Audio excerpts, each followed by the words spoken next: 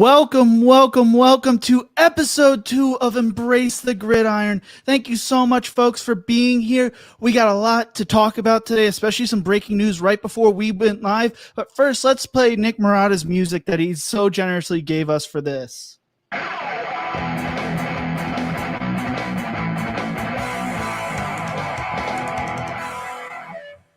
So, go check out Nick at Nick the Guitar Guy 80 on Instagram.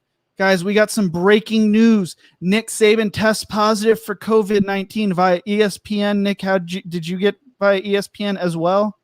Yeah, I got it from ESPN and also U Stadium. They're always on top of everything. They also saw that the athletic director also tested positive for COVID-19. So big news ahead of a major matchup that we're going to be talking about in just a little bit. And this is the second big SEC news revolving around COVID-19 that's come out today. Today we thought we were going to be talking about the Florida LSU game, but instead we're talking about Nick Saban testing positive. So we'll talk more about that as we go on and as we talk about the Alabama game versus Georgia. But we're going to get into the LSU news. The LSU Florida game has been postponed. I don't think they've released a date. Nick, do you know if they've released a date for it just yet? No, not yet. They haven't released a date yet, but because of many positive tests on the Florida side of things, unfortunately, the game is postponed. Yeah, this comes after Dan Mullen comes out and says to pack the swamp this weekend, which I get you want to pack the swamp, and college football is not the same without fans, but just the way these events have come out, it's tough to see. You don't want to see these guys testing positive. You don't want games being postponed. You want things to go well. And Mullen is going to be under scrutiny the rest of the week as this news comes out, as he was saying to pack the swamp. Nick, what are your opinions on this? You're wearing your UCF Knights sweatshirt. You go to school in Florida. Do you think they should pack the stadium? Do you think is this hard to see? I absolutely do not think they should pack the stadium. They are very, as Florida as a state as a whole is very ambiguous when it comes to COVID-19 positive tests, COVID-19 outbreaks. They are not very outspoken. I know that UCF is not outspoken. They have not released numbers. There is a lot of just ambiguity here. So I don't think it's a good idea to pack the stadiums. I think really packing stadiums is like the worst possible thing you can do right now because everything is getting worse. We all figured when this virus was kind of coming front and center that it affected colder places worse, and it's becoming winter, and it's going to get bad. So I think the worst thing we can do is start packing stadiums. We want to get this college football season finished. I know I go to the University of Wisconsin. They are not going to have students, family, or anybody in the stands, unfortunately.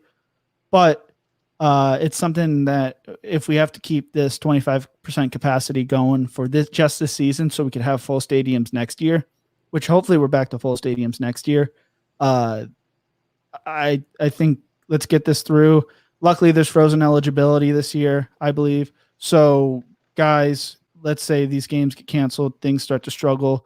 They won't need to worry about losing out on eligibility going forward. But we got to get the season finished, and that's the biggest thing. I mean, Big Ten's doing, I believe, 8 or 9 straight weeks with no buys or anything, and an outbreak like this can really derail the season of whether the Big Ten's going to get someone in the college football playoffs this year.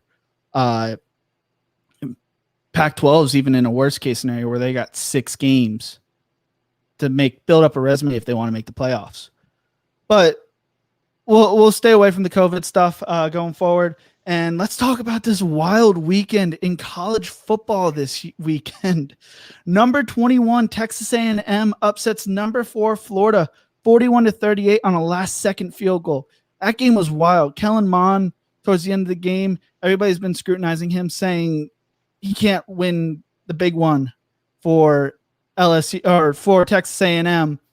And now he gets one of his biggest wins of the season for Texas A&M, and just threw some great passes throughout the game. It was an exciting game, like a lot of the games were this weekend. Number 8, North Carolina cruises past number 19, Virginia Tech, 56-45. North Carolina went up big. Virginia Tech fought back a little bit, but in the end, UNC just held on, cruising, and now I believe they're in the top five or six now, which I don't remember the last time. It's been a while for North Carolina. They're more of a basketball school than a football school. Oklahoma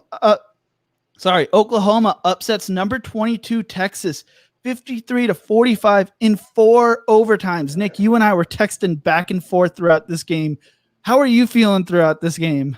That game was like a nail biter. It was crazy. One thing that stood out to me that whole game is just, Texas has some really, really good players. Like, Travis Etienne and or Etienne's on Clemson. Or Etienne. It's just, the quarterbacks for both these teams, we did videos on both of them, and they have some like incredible stories, incredible backgrounds. Spencer Rattler is really more the famous one. But really just Texas's offense looks really, really good. Sam Ehlinger is who I meant to say before. Sam Ehlinger he's a stud. Like, this kid is really, really good. He's got ice in his veins. Unfortunately, they couldn't pull out the win. But that whole game I was watching, I was most impressed by Sam. Yeah, it's some people are calling for Tom Herman to be fired. I even texted you throughout the game. They need a new coaching staff. I mean, they've had insane recruiting classes year in and year out, and yet still can't beat Oklahoma. This is a rebuilding year for Oklahoma. They, as much as they came ranked high going into the season, which people expect Oklahoma to be competing for the college football playoffs every year, whether they really should be or not. They had a redshirt freshman quarterback in Spencer Rattler, who great quarterback, but he shows, as the previous quarterbacks had previous experiences, Jalen Hurts, Kyler Murray, Baker Mayfield. Spencer Rattler sat behind and hasn't had the same experiences as those guys, but they still pull out the win. And they blew another double-digit lead before it got to 4 overtimes. I mean, Texas looked dead in the water in the third quarter. And Sam Ehlinger put the team on his back going towards the end of the game. I don't know how they made another comeback to force another game to overtime. Texas could easily be, I think, 0-4, 1-3 at this point, not 0-4, 1-3, after coming back against Texas Tech, losing last week to TCU, which they almost pulled out a win in that game, and then losing a 4 overtime game to Oklahoma in a rebuild year for Oklahoma. The most amazing thing was that third overtime. Texas gets their kick blocked. Oklahoma's got an all Big 12 kicker who had missed his first field goal of his career the previous week, and he has his worst kick of his career in the Red River rivalry and shanks it. Luckily, Spencer Rattler and the team score really quickly in the 4th overtime, and then Sam Ehlinger throws a pick at the end of the game. It was a wild game. You feel for these players, but it's coaching, I think. I mean, how do you get all these star talents and not be able to compete at this level? Texas is not back. I think they need a new coach if they even want to get close to quote unquote being back. Number 3, Georgia runs away with the win against number 14 Tennessee in the second half, 44-21. I texted you in the third quarter, and I was like, I think Georgia's going to start running away with this game. Tennessee was fighting hard for that first half, but Georgia just showed how great of a team they were towards the end of that game in the second half. That run defense is insane. I think they're only allowing 38.5 points or yards per game running, which is one of the keys to that Alabama-Georgia game that we'll talk about in a little bit. But they really ran away with it. Yeah, they ran away with this one. It was kind of like you hit it right the nail right in the head when you said I think they're going to start pulling away. And Georgia is, compared to Clemson, And those top teams, those guys are just so much more talented than everybody else, and they have the coaching to back it up. Like you mentioned before, Texas coaching is really poor, and I think we see that in a lot of sports with teams that are underachieving with the talent they have. I mean, the Yankees in baseball, the Falcons in football. It's kind of that thing where if you don't have the right coach, even though you have the talent, you're not going to win. And Georgia's got the coaching, and they have the talent, and they're going to be really, really hard to stop. Yeah, and going on to number 13, Auburn avoids upset against Arkansas with an officiating gift towards the end of the game, 30-28. Bo Nix, debatable call towards the end of the game. Nick, did you get to see the ending of this game? I kind of saw kind of ESPN and SportsCenter talking about the end of this game. I didn't see it live. But anytime you mix officiating with an important moment, and it's just too many times we have officials changing games and kind of deciding outcomes. Yeah, I mean, Bo Nix fumbles the snap and then spikes it backwards, and Arkansas thought it was a fumble. They tried to jump on it, but the play was called dead beforehand. Bo Nix got called for intentional grounding. Didn't really hurt them that much because they have a fantastic kicker who had missed the previous kick. Kicking was a big story of this weekend, I feel. Whether they missed, or didn't punt, which I'll talk about in just 1 second. But they kicked the game-winning field goal, survive upset, win 30-28. Arkansas just looked defeated at the end of that game. And Arkansas wasn't supposed to even be able to compete in the SEC this year. And they should be 2-1 right now. Or, yeah, 2-1, I believe. And then number 1, Clemson dominates number 7, Miami, 42-17. And Miami didn't score their first offensive. Did they score an offensive touchdown? I kind of started moving away from this game after the second half because of the Ole Miss Alabama game. But Miami's first touchdown came on a blocked field goal return for a touchdown to go into the half, I believe, down 21-10. And it just, even though the score was 21-10, you could tell Clemson was just the better team going forward. But I mean, Clemson just continued to run away with it. Miami, whether they're a contender or pretender, got a little exposed. Yerrick King did not look good in that game, in my opinion. He looked like a shell of himself, but that also goes with how great Clemson is on defense. The coaching Clemson has, where that comes into difference. I think Clemson and Georgia have two of the best defenses this year in college football. And then Lane Train and Ole Miss run out of gas against number 2 Alabama, 63-48. When's the last time you saw Alabama give up 48 points? What did LSU and Georgia or Joe Burrow get 48 last year? I can't remember the exact score of that game. I know it was a higher scoring game, but the last time Alabama gave up that many points to an unranked team, Alabama does not. They don't make a habit of letting up points, let alone letting up more than 30 points, let alone 40s. And to an unranked team is kind of crazy to think about. I think the last time they let up somewhere near that many points, I believe it was 45 to Joe Burrow last year. Or 48 to Joe Burrow last year. Could be wrong, 45, 48, somewhere in that range. But yeah, this is unprecedented from an Alabama defense. Yeah, both teams broke the record for total yards in an SEC game with over 1,300 yards combined. There were 3 punts in the game. And I was sitting there. I was like, is Lane Kiffin going to be the first coordinator to beat Nick Saban? And just the stories out of that, because of the character Lane Kiffin, Lane is, but he falls short. And then there was some controversy after the game. Saban came out and said that Ole Miss might have been sign stealing, but he later retracted the statement, I believe, from the last thing I saw about it. But still an awesome game. I couldn't keep my eyes off that game. I had a blast watching. I was laughing. But Alabama coaching, figures out how to win towards the end of the games. So we have college football tonight, probably close to right after we finish this stream. I mean, we go from Thursday of last week to this coming Monday of every day having football on the TV, whether it's NFL or college football.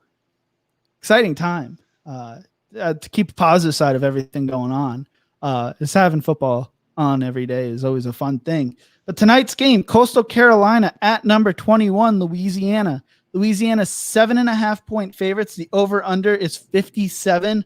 Coastal Carolina's averaging 44.3 points per game, while Louisiana's averaging 28.3 points per game.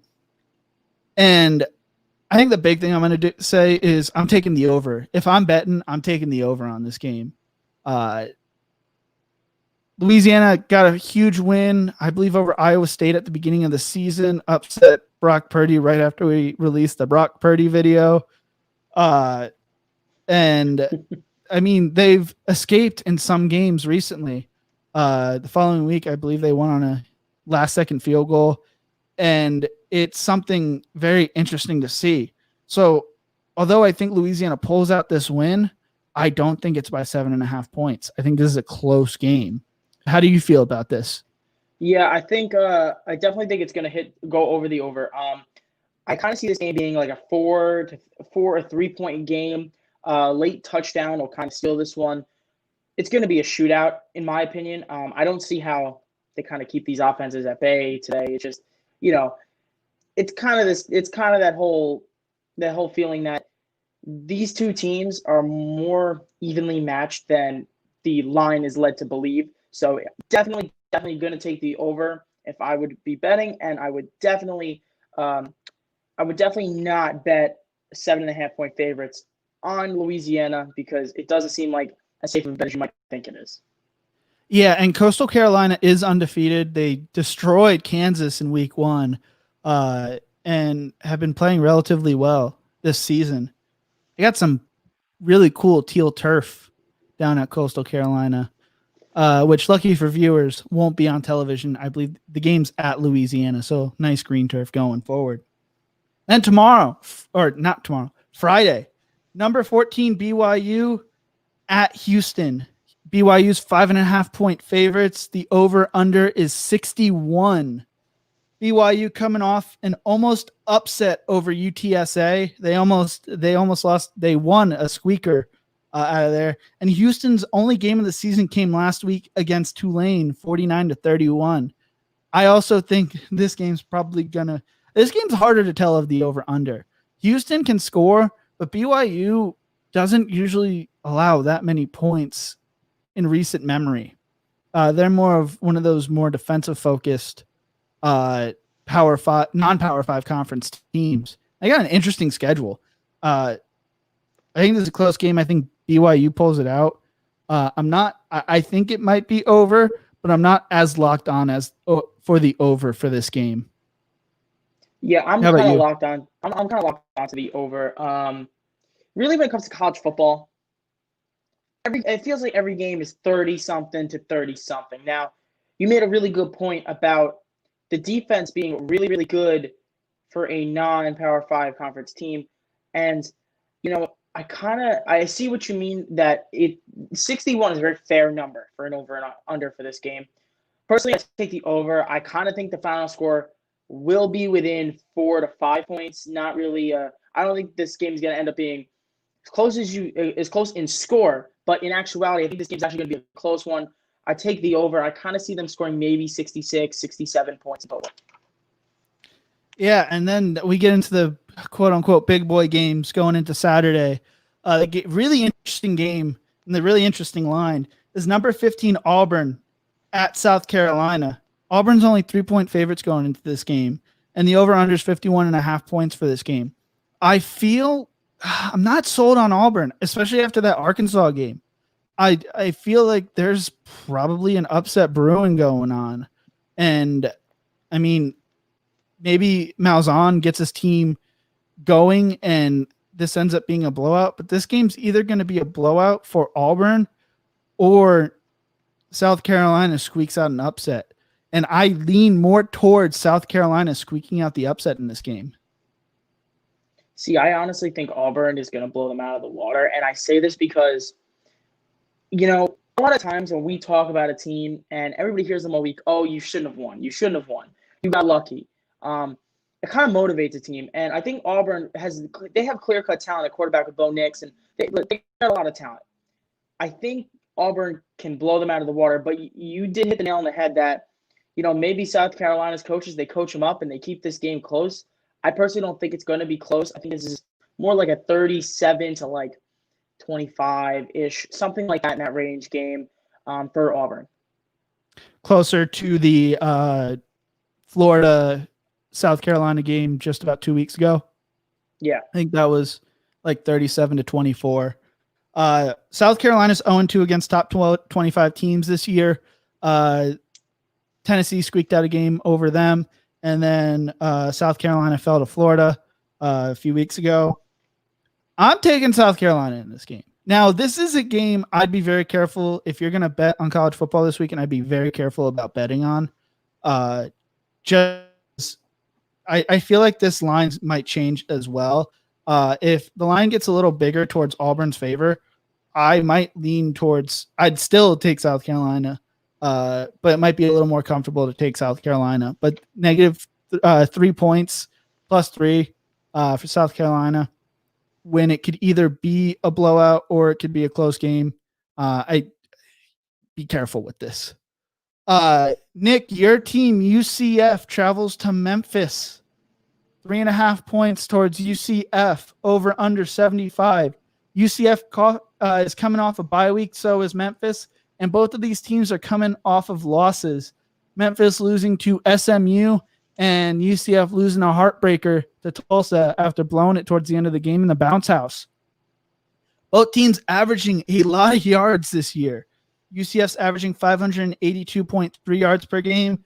Memphis is averaging 501.5 yards per game. And both teams give up a lot of yards. UCF's giving up 456 yards per game, and Memphis is giving up 486.5 yards per game. This is going to be a shootout. I don't know how you feel about it. This is going to be a shootout. But I have to say stuff before I make my pick, okay? You see the letters UCF. This is the University of Coaching Failures, okay? Here's the thing.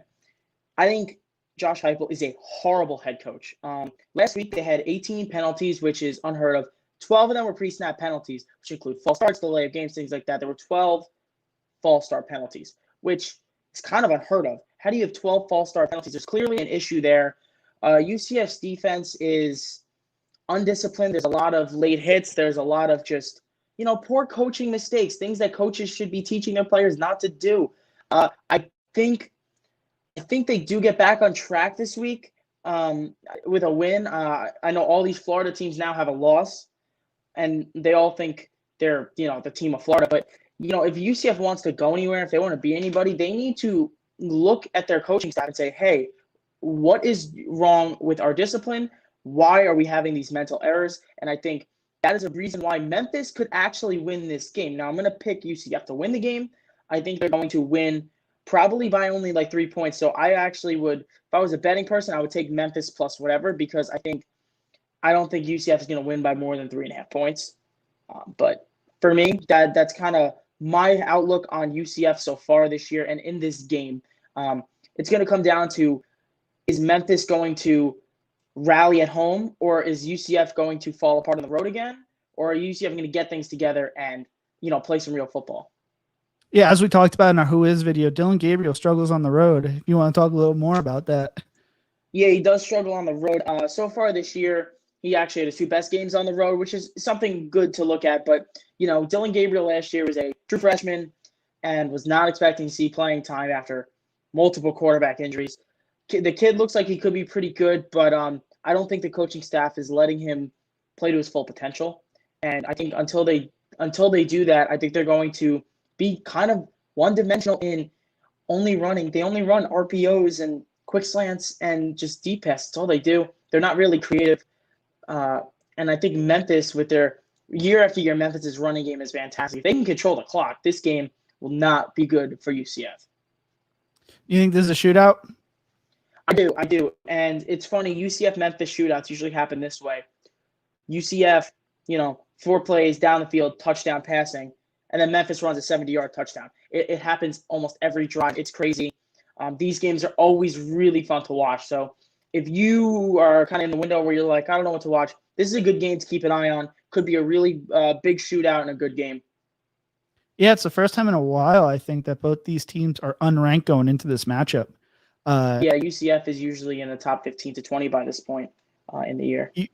UCF had an opportunity possibly of sneaking their way into the playoffs this year, especially with everything going on in the college football world, and they seem to just... It's the Tulsa curse. They don't beat Tulsa in any sport. The UCF hasn't beat Tulsa in any sport in over 2 years now. And guys, I'm sorry. Nick's a UCF night. I'm a Wisconsin Badger. The Badgers kick off next week. We're probably going to be talking a lot about those teams because those are the teams we know a lot about. But I think this is going to be a 48-45 win for UCF. So I also would agree that I'd take Memphis at plus 3.5 for this game. Now here's the big one and the really game-changing one. Number 3 Georgia is at number 2 Alabama. Alabama 6-point favorites and the over-unders 56.5 points. Georgia's rush defense versus Bama's rush offense is, I think, the key to this game. Like I mentioned before, Georgia's defense is only allowing 38.3 rushing yards a game. Alabama's offense is averaging 175.3 rushing yards a game. Alabama let up 48 points last week to Ole Miss. Georgia cruised ahead. This is an exciting one. This one kicks off, I believe, 8 p.m. Eastern on CBS. This is a game I know I'm not making any plans around. Not that I ever make plans on Saturday because I'm watching college football all day long. This is a game where I'm telling my buddies, hey, guys, I can't tonight. And we're watching Alabama versus Georgia. Now, what are your thoughts on this game, Nick? So, as we look at the line, you see Alabama is 6 points favorite with an over-under 56.5. Now, these two teams, these games are always close. They are. But I think there's a lot of overhype with Alabama. Now, listen, everybody in college football is jealous of how Alabama's been successful for years. Don't get me wrong. I just think, with the new quarterback and, how bad their defense looked last week, I kind of think that Georgia couldn't win this one, and they might even dominate. As we saw last week, Georgia can kind of just put the car in drive and run you over in the second half of games. And, if Alabama's not careful, they can get run over. Yeah, I think Mac Jones is actually a really good quarterback. He's putting up some of the best stats in college football right now. I think he's got 1 interception on the season, and that was a tip pass against Texas A&M.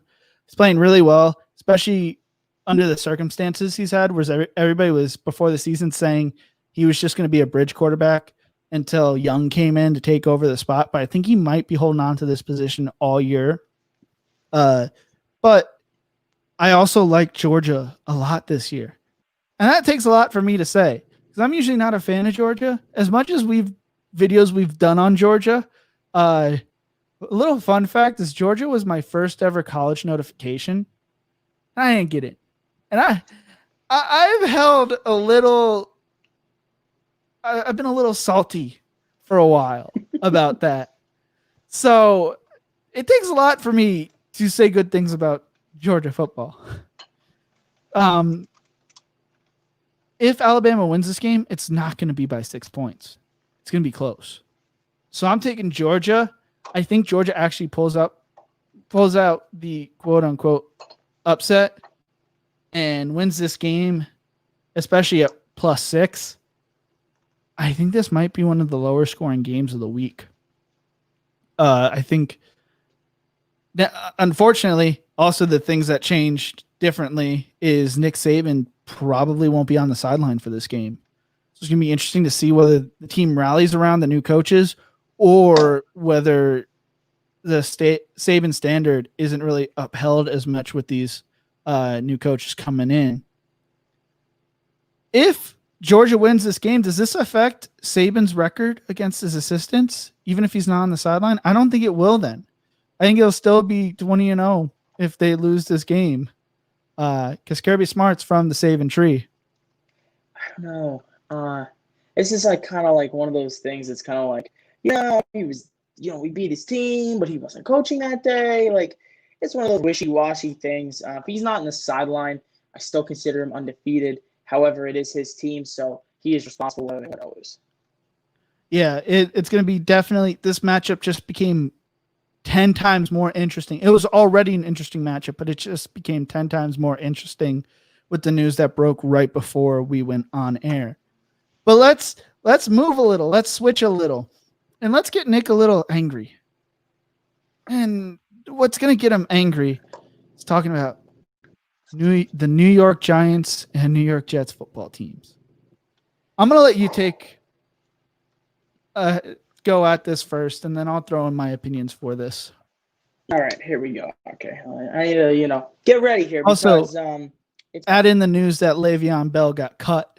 Was it today or yesterday? He got cut last night. Last night.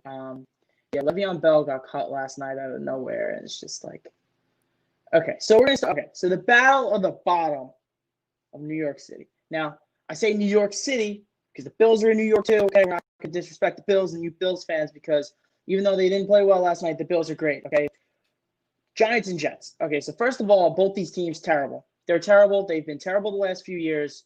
I don't know how the Jets got 7 wins last year. They got 7 wins, but yes, lost to 2 teams that were 0-6 or worse, completely defeated records. So we're going to start with the Jets. We'll start with Adam Gase. Why he has a job, I don't know. I could do a better job, probably. Adam Gase is an embarrassment. He's frankly an embarrassment. The Jets were kind of the team that they just drafted a young quarterback and Sam Darnold, who seems like he's really, really talented. They just signed Le'Veon Bell, and then they bring in this coach. And this coach said off the bat, I don't want this running back. He says, I don't want this running back. It seems like he doesn't like stars. Now, if you go through Adam Gase's track record, you could see, Ryan Tannehill's one guy who's becoming a star. He got a great contract and as a Titan now, he's just an all-around very good quarterback. Kenyon Drake over in Arizona is playing well. Jarvis Landry, ever since he left, Mike Gesicki is doing really great as a tight end. There's a lot of players that were drafted under Adam Gase that are just not successful. They're just not. And the fact that you built an offense with Le'Veon Bell, Sam Darnold, and an offensive line that mostly focuses on run blocking, you don't run the ball is ridiculous. Then they cut Bell last night, which is terrible. And he's not putting the biggest thing about Gase is not putting his team in a position to win, not in a position to be successful. The most important thing about Adam Gase is for this young quarterback, Sam Darnold, to become the franchise quarterback. And now you have Jet fans and NFL scouts saying they should take Trevor Lawrence. Like, listen, anybody would be lucky to take Trevor Lawrence, but he just drafted this quote-unquote generational guy in Sam Darnold who you thought was going to be your franchise for the next 14 years.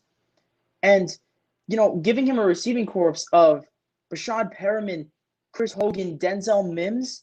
I mean, Mims hasn't played yet. Sure, he has great potential, but you have no wide receivers. Your tight end can't catch anything, and anything he does catch, he fumbles. And Chris Herndon, the Jets are a huge, huge mess. I don't know how you feel about the Jets, Johnny, but really they are just an embarrassment. Yeah, when I saw that Gase held on to the job last year, I was really disappointed, and I knew this storyline was going to continue. The controversy with Le'Veon Bell and Adam Gase has been brewing for months now. And it's heartbreaking to see that Le'Veon gets cut when he was probably, he didn't put great stats up, but Darnold has been getting crushed in his career. He was supposed to be this generational talent. You bring in a guy who's known or whose calling card is a quarterback coach. And you saw what happened with Ryan Tannehill. Tannehill leaves, gets away from the Gase tree, and does things a whole lot better. And now you have Sam Darnold suffering from it. And it's something like, when do you start looking at the coach? I mean, Bill O'Brien lost his job last week. Now, he really ran the Houston Texans down into the ground. Dan Quinn gets fired this week. I thought Adam Gase, after an 0-5 start, after continual struggles in New York, would have been fired before Dan Quinn. But Dan Quinn gets fired before Adam Gase. Adam Gase better not be the head. Either go on a massive run with the Jets this season and really turn things around, make Sam Darnold the quarterback he was supposed to be, or get him out of town. And the guy I feel for is Sam Darnold. Because Darnold, under a new coaching staff, if they have the first overall pick, Darnold's going to be traded. He's going to be viewed as a bust, although he's shown flashes of great potential. And they're going to draft Trevor Lawrence. Now, great for New York to get Trevor Lawrence in there, and great for Trevor Lawrence if they could figure things around. But it's just tough to see. When is enough enough? And Jets fans have been calling for Gase's head for a while now. When do you start? I get, there's a reason people get paid a whole lot more money than we all do to talk about this stuff. Thank God they really can't have fans in the stands right now, because I don't think they'd have many fans in the stands if they could. They need a change of culture. They need a change of head coach, because they got some talented players. But look at Robbie Anderson. Anderson left, and he's doing really well in Carolina. Tannehill, Gesicki. Was Gesicki under Gase at all? I think Gesicki was drafted by Gase, but then the next year Gase got fired. I'm not 100% on that. But, yeah, you're hitting the nail right on the head. There's a laundry list of players.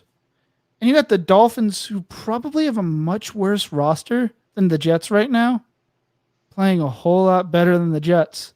The Dolphins weren't supposed to beat the 49ers this weekend, and they did. So it's kind of gross.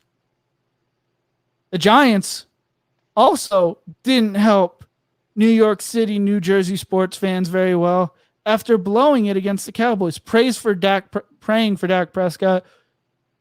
Cowboys should have given him the contract. And you got to feel for the guy. Hopefully come back 100%. Or close to 100%, because you could tell the type of leader he was of that team with the reactions to it and the reactions online around it too. But the Giants blew the game. I don't know how you feel about that. I don't know if you agree with me on that, but I definitely think the Giants blew the game. But there's a very clear difference between the Giants and the Jets. Let's first talk about the problem with the Giants. So the problem with the Giants is everybody wants to point fingers at Gettleman, and Gettleman has done some good things, some really bad things. I think his free agent signings have been very suspect outside this year, with Blake Martinez and James Bradbury both being at top 5, and in Bradbury's case, top 2 in grades in their positions. He's been really bad at free agents. Now, he made terrible trades for Alec Ogletree. He made a terrible trade away for Jace Pierre-Paul, although I understand the Pierre-Paul trade. I don't like it because they still can't rush the passer. The Giants' whole issue is they don't know how to close games. They haven't closed a game since 2014. Okay, now 2016 was an outlier year, and the Giants weren't even that good that year. They won every game by 1 point. You're not a good team unless you are dominating on the field, and they were never dominated on the field. I think the big blame, if you want to blame somebody with the Giants, you want to blame what's wrong with them, you got to blame ownership. Now, every ownership is, they get blamed everywhere. But there's a list of things the Giants ownership did that really is kind of, it's like, what are you doing? They hired Ben McAdoo and Pat Shurmur, 2 guys that are quarterback whisperers, in air quotes, for a reason. They're in air quotes. And these guys were both brought in to extend Eli Manning's life as a quarterback. And they didn't want to hurt Eli's feelings. Well, congratulations. You didn't hurt his feelings, but you are the most losing franchise in the last 3 years. You should be embarrassed. I do think with this coach for the Giants is actually a pretty good coach. I do like what I've seen from Joe Judge so far. The team is competitive. The defense is the best defense I've seen them have since 2016. They're a lot better defense. They swarm to the ball. They hit hard. but they're still not getting the numbers in the win column. And that's really important to remember. Does it take the firing of the general manager? Probably. Now, we need to remind ourselves that when we talk about these quarterback situations, when it comes to Darnold and Jones, it's completely different. Because Daniel Jones, as a rookie, turned the ball over a lot, but he scored a lot of points. And it's kind of this year, they're not scoring a lot of points. Now, you got to give hats off to 4 of the first 5 teams they played in the Pittsburgh Steelers, the Chicago Bears, the 49ers. They all have great defenses, very, very good defenses. The Rams do have a good defense, and the Giants' offense was, held down. But last week we saw what they could do. Again, it's McCarthy defense. They're never good. John, McCarthy defenses are never good. And now this division is wide open. The Giants are still, believe it or not, 0-5. They're only 2 games back in the division, which is unbelievable. And they play Washington twice, Philly twice, and Cincinnati in their next 6 weeks. So realistically, the Giants, I can't give them a grade right now compared to the Jets because the Jets aren't even competitive. They're not even competitive. They lose every game by double digits. And the only time they didn't was against third-string Brett Ripken. Like, come on. The Jets aren't even competitive. The Giants are competitive, yes, but it's still a disconnect. There is still no wins in the win column, and at the end of the day, that's all that matters. I think the one thing I will be disappointed about the New York Giants too, because they didn't play against Bosa, and I'm blanking on the other top defender. The 49ers had lost the week before. 2 keystone cornerstones of the 49ers defense. And they weren't playing against Jimmy Garoppolo. They were playing against Nick Mullins. And lost. Hey, to be fair, Jimmy G is pretty terrible. Jimmy G is pretty terrible now. They don't know if he's fully. I don't know if whether he came back a little early this week or. I mean, he did help bring them to the Super Bowl. But Grant, it was their running game and their defense. Yeah. Which isn't. Monster. Yeah. But the Giants got blown out in that game. It wasn't like they lost by a field goal. They got blown out to a team that just got blown out by the Miami Dolphins this weekend. Yeah. Listen, the The Jets thing and I the wanna Giants close it- both lost to Nick Mullins by 40 points combined. So The thing I do want to finish this segment out talking about, and then we'll move on to some other stuff, is where do you see Le'Veon Bell signing if he signs with the team? So my early predictions were I could see potential with the Chargers. Eckler's out a while. And the Patriots are another option with Sony Michel hitting IR last week. But, we got to keep in mind. Now, I saw Ravens and Bears have talked to Le'Veon. They're interested. You got to keep in mind that the Ravens were one of the teams that were after Le'Veon when he was a free agent. Adding him to that backfield would be very crowded. But you know what? It would keep them all fresh with Mark Ingram, Le'Veon, and J.K. Dobbins. Would be really cool to see. And, the Bears did lose Tariq Cohen, and they have Montgomery back there, but Montgomery's all they got. So, hey, it might not be the worst idea for the Bears to bring this guy in. I see the Patriots as a likely option. And then if they can get him for cheap, and you get Cam Newton and Le'Veon Bell for a discounted price, I mean, great job by Bill Belichick. The interesting thing, the story I had brewing was the Giants can get him for cheap and get him as a replacement for Zaquan for the rest of the year to maybe try to win some games if they start winning games down the stretch of this season. But I don't see that. That's just like a pipe dream. That's like something that's probably not going to happen whatsoever. Now, moving on. Segment 5. Turning the page on NFL vets. What's your feeling? You were the one that wanted to talk about this segment, Nick. Yeah, I did. What did you want to talk about with this? The NFL veteran thing is kind of crazy to think about. So we know in recent years, the NFL, the game has changed. It really has changed. It's changed to a game where the quarterbacks need to move. They need to run. And you kind of saw it. The Giants moved. The Giants were the first to make the move. They moved away from Eli Manning. Even when, or some argue Eli had something left in the tank. I don't know about that. But, it's kind of crazy to think about because you have guys like Matt Ryan. Now he's being phased out. You see Arthur Blank is not showing confidence as quarterback, and he's not successful, Matt Ryan. If you can't move and scramble out of the pocket, you're not going to be very good. We all know Drew Brees has been very, very suspect recently. He's played very poorly. He ended up winning the game last week, sure, but so far this season, he's struggled big time without Michael Thomas. That's no secret to anybody. Tom Brady doesn't look like Tom Brady. He doesn't look like Brady. These NFL veterans are kind of getting phased out. And, the only one I don't see getting phased out right now is Ben Roethlisberger, who just came off of elbow surgery, of all people. And he's the only one that's playing great. Now, Rodgers is a different story because Rodgers, doesn't matter how old he is, he's still going to move out of the pocket, roll out, make this crazy throw. And he's one of the most talented quarterbacks we've ever seen.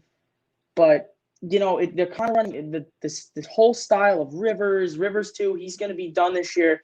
Rivers and Ryan and Manning and all these guys are kind of getting phased out. And I noticed it more this week with Brees' poor play and how Sean Payton in a big situation had Taysom Hill in the backfield. That's kind of my whole thing. Yeah, I think it's going to be really interesting. As a Packers fan, now Packers fans get generalized for being all hail Aaron Rodgers. Now I'll tell you, Aaron Rodgers, great quarterback. I think he's an MVP candidate this year, and that's not because I'm a Packers fan. Aaron Rodgers. I've called the Packers out.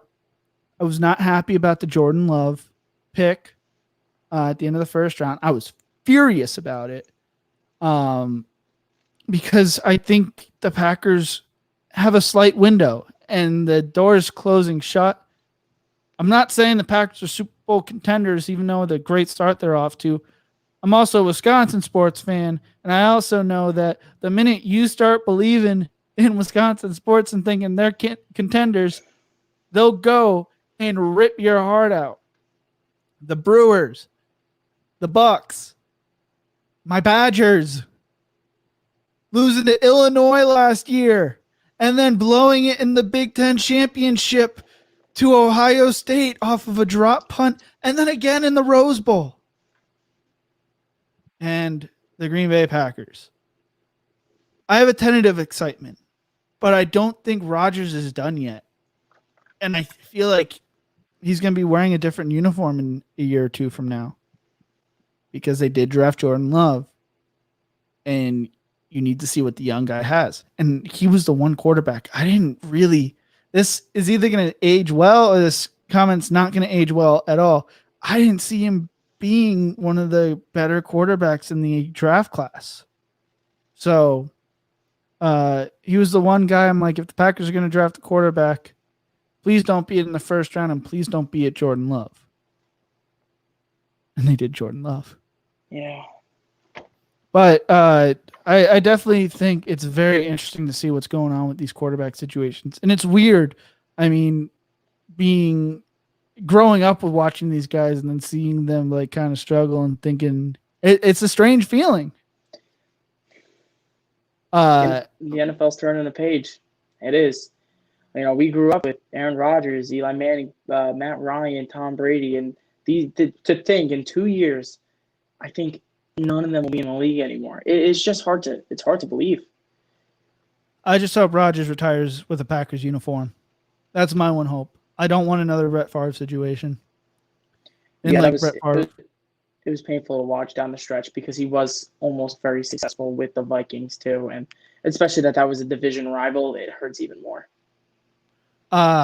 Segment 6, rebuilding Vegas style. Yeah, rebuilding Vegas style. Yeah, it's like, what are they feeding them over in Las Vegas? I mean, Jon Gruden. Okay, so listen. The first thing Jon Gruden did, straight Khalil Mack. Everyone's like, what are you doing? And by doing that and kind of building the team the way he wanted and scouting the players with Mayock that they wanted, they turned themselves into a contender. I honestly think now this might be a hot take, but I think the Raiders are actually a contender. They beat the Saints. Now I know the Saints don't look great, but they beat the Saints. They looked very competitive against the Patriots, and they stomped the Chiefs. Now the score doesn't reflect how much they beat up on the Chiefs, but I actually believe if you watch that game, they did beat up on the Chiefs a little bit. Jon Gruden, this whole rebuild he's done it in such a way where not only does he have his guys all being homegrown, he has them being advancedly scouted by Mayock and having kind of this great dynamic between head coach and general manager who both see things eye to eye and kind of want the same thing. They both tried that Antonio Brown experiment, and it didn't even get to week 1 because they knew it wouldn't work. And they're doing it without receivers. I mean, the pickup they made for Darren Waller is unbelievable. This guy was a 6th-round pick by the Baltimore Ravens who was suspended a year and cut for substance abuse. He got the right voices in his ear, Waller. He got clean. And, the Raiders saw the talent, clear talent, and gave him a shot. And now he's the top 5 tight end in the NFL. The Max Crosby is another great example of great scouting and a great draft pick. A 3rd-round pick, his best pass rusher on their team. Out of Eastern Michigan, too, I believe. Yeah, Eastern Michigan. He is he's a great player. And you kind of see now rebuilding is it's a very difficult thing to do. But how fast the Raiders, got back because they were almost there. They were a great team. They were 12-4 before Derek Carr broke his leg and he used to miss a playoff game. And you kind of see how good they could be. And the fact that Carr time and time said, I feel disrespected. I haven't gotten my chance, things like that. And he goes out week in and week out, and he is a stud. Is just, you know what? Jon Gruden has done the right thing in every facet of this rebuild. Yeah, they took a risk with Gruden, especially given the contract they gave him. 10-year contract. Head coach contracts are fully guaranteed. Yeah. And they also took I felt like at the time it was a risk to grab Mayock too. I mean, Mayock was an analyst, scouting analyst, I believe. And they look like they're doing a really good job there. Henry Ruggs is looking like a burner down there. I mean, he burned the Chiefs a few times last week. And no one saw the Raiders, other than Raiders fans probably, no one really saw the Raiders pulling that win out. And it's why it's kind of shocking. I mean, they snapped a 13-game win streak going back to last year for the Chiefs. And they went into Kansas City. I think it's like the first time since 2012 the Raiders have won in Kansas City and beat the Chiefs. Yeah, and the Raiders were outscored like 77 to 100 and something in that area to 22 in their last 3 to 4 matchups. It wasn't close. And it's really interesting to see the Raiders go in and win that game. And I'm not sold on the Raiders being a Super Bowl contender just yet. You got the Ravens. You got one against the Chiefs, but they're still the Kansas City Chiefs. And they still got Patrick Mahomes under center. It'll be interesting to see what happens in the matchup in Vegas. Beautiful stadium, by the way. They did a whole documentary series with the Dirty Jobs guy narrating it, and it was like a 10 to 12 episode series just going through the building of the stadium the past few years, and it was great to see. It's a stadium I was hoping to go to before everything in the world hit, where I was talking to my buddies, and we were talking about possibly going to Vegas for the weekend. And I was going to go, I'm going to a preseason Raiders game. You guys go have fun. I want to go see the stadium. But unfortunately, it didn't happen. We did get a request in the comments section who you think the next head coach of the New York Jets will be. I think the next head coach in the New York Jets, I think it's going to be Eric Bieniemy. I think it's his time. I mean, last year he was kind of – it was a kind of an iffy situation. People were only bringing this guy in because of the Rooney Rule. It was a whole controversial situation. And the guy deserved a job. Now, the Jets would be a great opportunity for him, especially if, you know what, honestly, if they keep Sam or they go for Trevor, he's going to be a great option because he can do a lot of great things. And you saw what he's done with the young quarterback in Andy Reid's system. I really think he can be a top-notch, a top-notch coach. And I think that's their best choice. Also, you look at Robert Saleh, the defensive coordinator for the Niners. I was surprised he didn't get a job this offseason. He's another option. So definitely keep an eye on those two. That would be, if I had a wish list, number one would be Bieniemy, number two would be Robert Saleh. Yeah, I 100% agree with you. Lincoln Riley's name's probably going to be brought up again for the NFL. It seems like it's every year. There's probably going to be one or two college coach possibilities, and there's probably going to be a wild card guy that no one is expecting. Who saw Matt Rule possibly being the Panthers head coach? Who saw Joe Judge being the final choice for the Giants? So I feel like there might be a wild card that's talked about throughout. Patriots offensive coordinator McDaniels, I believe, also might entertain the idea, but he also probably has been promised the Belichick job. Yeah, I'm pretty sure he's been promised Belichick's job. Arthur Smith, they talked about in the comment section, the person who asked this question said Arthur Smith. I don't know a ton about Arthur Smith. I don't know about you, Nick, but something we could definitely talk about next week when we do this. I'll definitely research it if we don't have a good answer for you with that. I don't have much on Arthur Smith. I got a couple. I got a couple head coaching candidates, college, NFL, and I got GM candidates. But no, I'm not too deep into Arthur Smith. We'll definitely look into it, Motts, and get back to you about that next week. I'm sorry we don't have a great background knowledge on that. We're just two college kids trying to do this stuff, but we'll definitely look into it. I feel sorry for not knowing the answer to that. But closing out this episode, going through the MVP picks through this part of the season so far. I only got two guys really that I'm really considering right now. One's a former Badger, one's in the state of Wisconsin. That's Russell Wilson and Aaron Rodgers. Nick, you kind of on the same page, but you also had another addition to that as well. Yeah, I do. I got Wilson, Josh Allen, and Aaron Rodgers as my three guys. I think we both have Russell Wilson kind of a clear-cut guy here. The disrespect he's never seen a MVP vote is just unbelievable. He absolutely deserves the MVP this year. I mean, what he's done so far, he has 19 touchdown passes in 5 weeks. And everybody was talking that DK Metcalf was going to be a bust, and look what he's done in Seattle. He's good. He's very good. And then closing this out, fantasy football must-haves.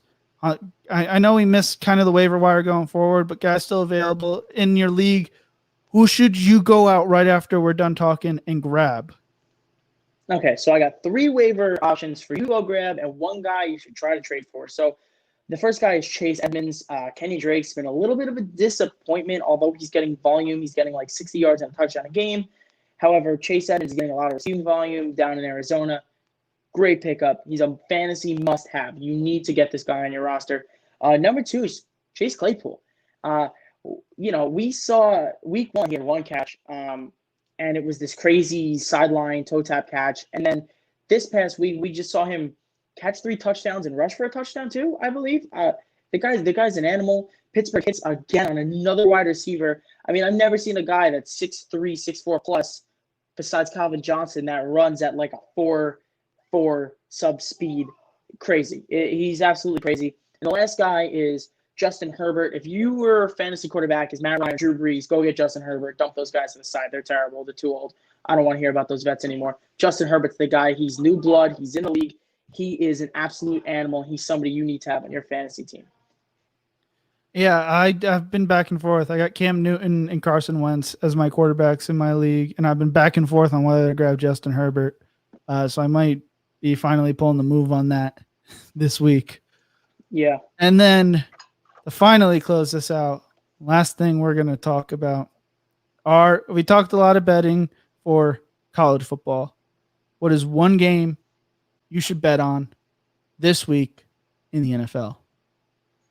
For me, I got the Giants plus 2.5. They're home. They've looked so far better than the Washington football team. Can't believe I say Washington football team. They look better than Washington so far. And I kind of think that they're really interesting. It's a really interesting bet because the Giant, you're going to get one of two Giants teams, unfortunately. You're going to get the one that puts up 30 points and blows them out of the water because the Giants have not lost to Washington in 5 or 6 tries. And so it's been like around 3 to 4 years since the last time Washington beat the Giants. They kind of had their number. And that's why I think they're plus 2.5 is great because I think the Giants are either going to win by 3 or more. Yeah, that's such the Giants are so up and down. I don't know how I feel about the Giants just yet this season. The 0-5 is what makes it kind of scary too with that. Alex, it's going to be interesting to see who the quarterback of the Washington football team are going into this. Is it going to be Alex Smith? Is it going to be Kyle Allen? Kyle Allen got a concussion, I believe, to end that game? Yeah, if he's healthy, he's going to start. Is Dwayne Haskins going to get another shot at it? As they said right now, Dwayne Haskins remains the third-string quarterback, and if Kyle Allen is healthy, he will start, and Alex Smith will back up Kyle Allen. I mean, you got to feel for Dwayne Haskins, but you also got to be super happy for Alex Smith. The dude shouldn't be able to play football right now. I don't know if you saw that 60 documentary on him. I didn't realize how insane that injury was until I saw that documentary, and it's just amazing that when I saw him come onto the field, I was watching Red Zone all Sunday. Got a few tears in my eyes. If I'm being honest, we feel really good for him. That was a really horrific injury. It was something that you never wish an injury on anybody, but something like that where you had 17 different surgeries. It's really tough. I mean, you can check out the video we did on the channel. We really went over Alex Smith and everything he had to go through, and I'm really excited that he's back healthy. Unfortunately, he got sacked 6 times when he came in. Yeah. Thanks Washington's offensive line, but he held up good, and I kind of think Washington is gearing towards, hey, if we can win a game here and a game there, Smith is going to start and we can win this division. Like, I seriously think that's what they're thinking right now. Yeah. The NFC East is such a mess right now. And it's going to be probably a losing record team making the playoffs out of that division. They might be 6-10. A team might be 6-10. But my pick of the week, I feel good about this, but also the Packer fan inside of me is also, or the Wisconsin sports fan inside of me, as I say these words, is like, no, don't say these words. But Packers, I believe, are last time I checked, are 1.5 favorites over the Tampa Bay Buccaneers. Taking the Packers 1.5 favorite easily. Oh, 100%. 100%. I don't think Tampa Bay's that good. I think the Packers are going to blow them out, actually. I'm not saying those words yet. I can't say those words because I'm not a Wisconsin sports fan, so I could say that. It's a harmless prediction. As long as I don't put a Packer jersey on, you'll probably win because jersey I've worn has not won in over a year. So. Oh my God! Keep away from the Packers jersey, man. Yeah, I wore a Devontae Adams jersey week 2. I'm sorry about that. They pulled out the win though. He pulled his hamstring out for the next 3 weeks. I told you I can't wear jerseys anymore. No, we're not going into that. And my final thoughts for this episode is bringing up that Devontae Adams injury. It's so interesting what the Packers have been able to do and what Aaron Rodgers has been able to do with Lazard and Adams out. And Lazard looked like he was this upcoming star, and then he has this surgery. Man, I mean, he was doing it without Valdez-Scantling. He's throwing streak patterns to Jones and Williams. This is the best I've seen him since probably 2015. I want to say 2015, 2016. He's the best I've seen Rodgers because he had some tough last years with McCarthy, and last year was kind of a new curve with the new head coach and everything, and injuries. But you were 100% right, and before when you said he looks revitalized, he's back. He's playing angry. Yeah, he's But pissed. that's all we got for you guys. We went a little over an hour. Sorry, we're gonna try to keep these episodes around an hour or so, 50 to 60 minutes long. Thank you so much for watching. Thank you so much for being here. We are so happy to finally have Nick be a part of this episode after the dorm lock Unfortunate dorm breaking incident. issue last week. But if you are just joining us, go back and watch the replay when it comes up. I'm hoping it can go up really quickly. Thank you so much. Go check out our Who Is videos. Thank you again, Nick Murata, Nick the Guitar Guy 80 for the intro music. Thank you, Lauren Goddard, for the brand new logo. We got some huge coming out in the next few weeks for you guys. Thank you so much. And remember to embrace the grind.